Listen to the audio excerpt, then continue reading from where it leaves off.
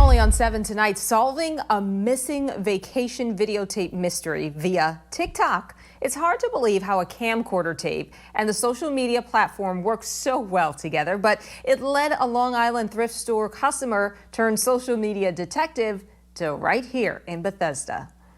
A video time capsule of sorts unlocked thanks to TikTok.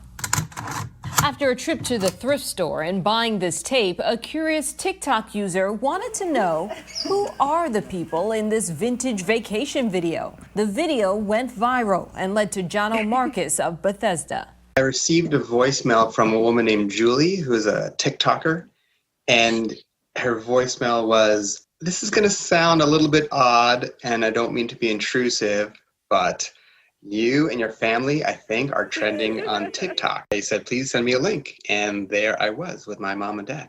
This is Marcus and his family in Kenya in 1989. Simpler times. That time in my life, I'd finished college and I had left the country. And my mom and dad knew that they wouldn't see me for a while, so they booked a trip to find me. And it was a very kind of playful, it was an open road in front of me, nothing but potential. It was just a very positive, easy time of my life. Marcus says his mother may have given the video to Goodwill by mistake when she moved a few years ago. Old memories given new life.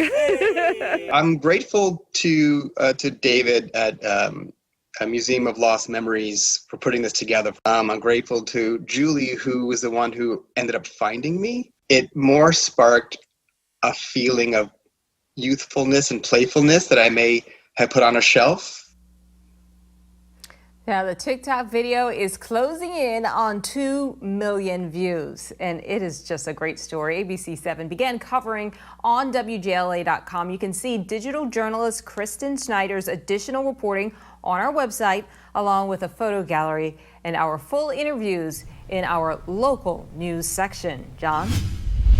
Tonight, 7 is on your side with a COVID-19 vaccine update. The pandemic and early vaccine data highlights a sobering truth that deep racial health inequities persist. A church leader is taking the initiative now. New at 11, ABC7's Jay Korf with the Pennsylvania Avenue Baptist Church hosting vaccine clinics focused on the city's most vulnerable residents. Pennsylvania Avenue Baptist Church in Southeast D.C. announced Friday a pilot program designed to get D.C. residents 65 and older vaccinated February 11th and 13th.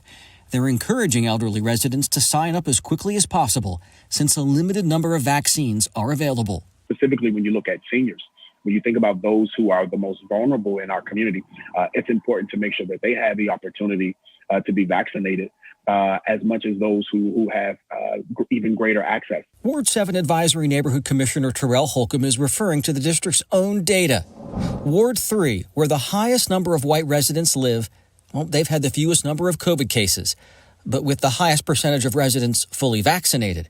It's the exact opposite in Ward 7 and 8, which have the highest percentage of black residents. It's frustrating that we live in the most powerful city in the world, in the most powerful country in the world, a very diverse and thriving city, and we have these challenges and disparities that exist.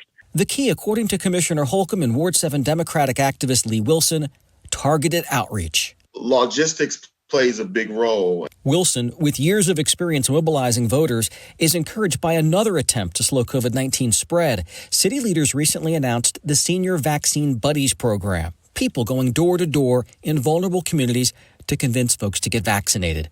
Wilson stresses trust will play a big role in the success of that program. He believes the church is the perfect place to host a vaccine clinic, since trust already exists there.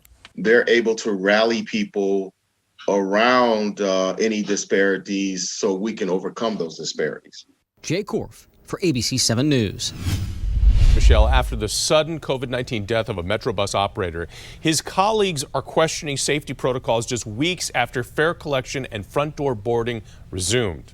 ABC 7's Annalisa Gale, she's joining us now along H Street with Metro's response tonight. Annalisa? Well, Jonathan, the union tells me that they learned about that bus driver's death through family members after he contracted COVID. Tonight, they're working on keeping safety top of mind as we wait for more COVID vaccines nationwide. His funeral was last Tuesday. It was a nice homegoing service for that operator. In the wake of a Metro bus driver's death in the district, the union representing Metro employees is questioning whether some safety protocols should be revisited. He was fairly young. Raymond Jackson is the president of the ATU Local 689. He attended the funeral for the 36-year-old bus driver and father of 4 who died after contracting COVID. According to the union, at least 4 COVID deaths have been reported by Metro since the start of the pandemic, and there have been more than 1,000 cases. They're sitting behind the desk. They're not out there on the front lines. Jackson, who is a COVID survivor himself, believes returning to things like front door boarding and switching operators on the same bus routes is likely a mistake until vaccines become available to the general public. If we made it this far, let's continue to do that. In a statement to 7 on Your Side on Friday, leaders say Metro, like most major transit agencies nationwide, resumed front door boarding. Bus operators are given cleaning supplies to safely wipe down their compartments between shifts, while adding that it is a standard practice. I don't understand that response from someone that's trying to save their workers. Jackson acknowledges that many feel stuck between a rock and a hard place between safety concerns and their jobs. You look around the country, 29 million people looking for a job.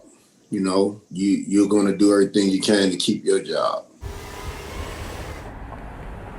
And Metro addressed rumors about layoffs tonight, saying that there have been no layoffs, but they say, quote, they've taken a number of management actions to reduce costs, which meant eliminating positions through attrition or buyouts.